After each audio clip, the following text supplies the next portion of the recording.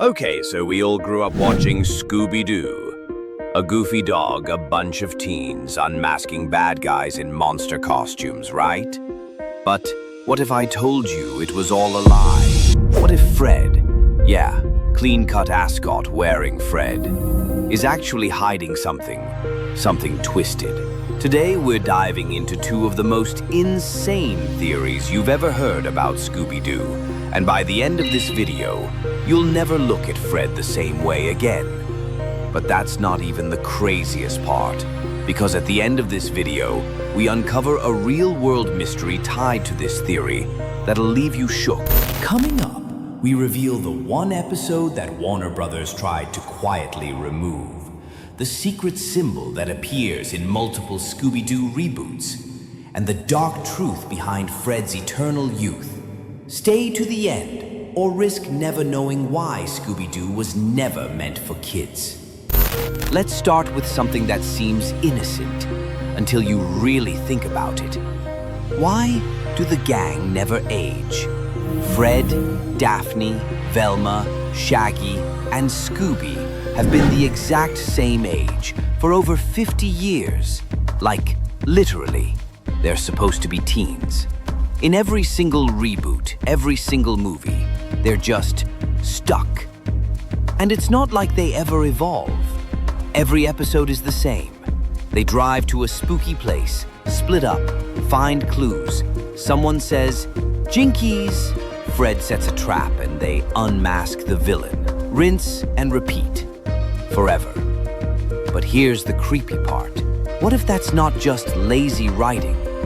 What if they're caught in a loop, a time loop, and Fred is the only one who knows? Fred always takes charge. He's the one who says, "Let's split up, gang." He picks the roles, he sets the traps, he leads every investigation.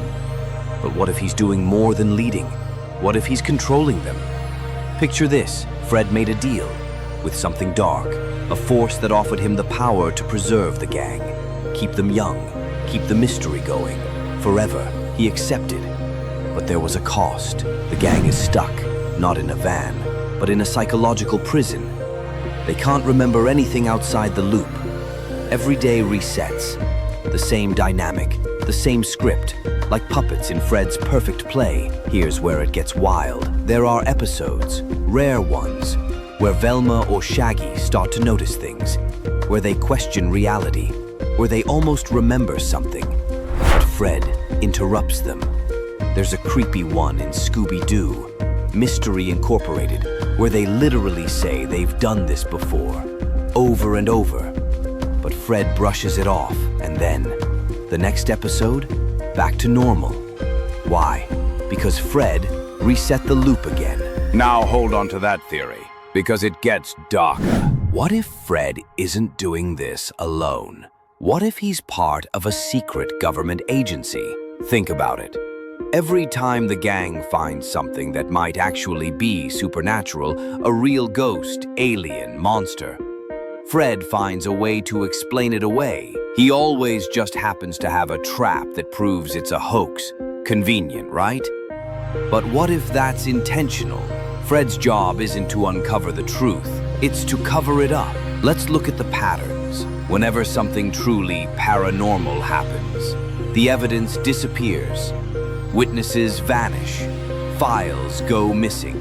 There's a rumor that in early drafts of some Scooby-Doo episodes, the monster was supposed to be real, but network censors, or maybe something higher, forced them to rewrite the ending. And who always handles the final explanation? Fred. It's like he's scripting the story. He silences the real witnesses. He edits the narrative, because the truth is too dangerous for the public. Okay, now here's where both theories come together. Fred made a deal. Something powerful promised him eternal youth, control, and purpose. In return, he has to keep the world blind. He traps his friends in a loop, keeps them docile, busy, distracted. He silences anyone or anything that could expose the paranormal. It's not about solving mysteries anymore. It's about preserving the illusion. He's not a hero. He's a handler. And the scariest part, the gang doesn't even know.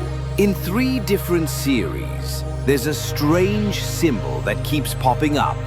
A triangle with an eye hidden in the background. In one reboot, it's carved on a tree.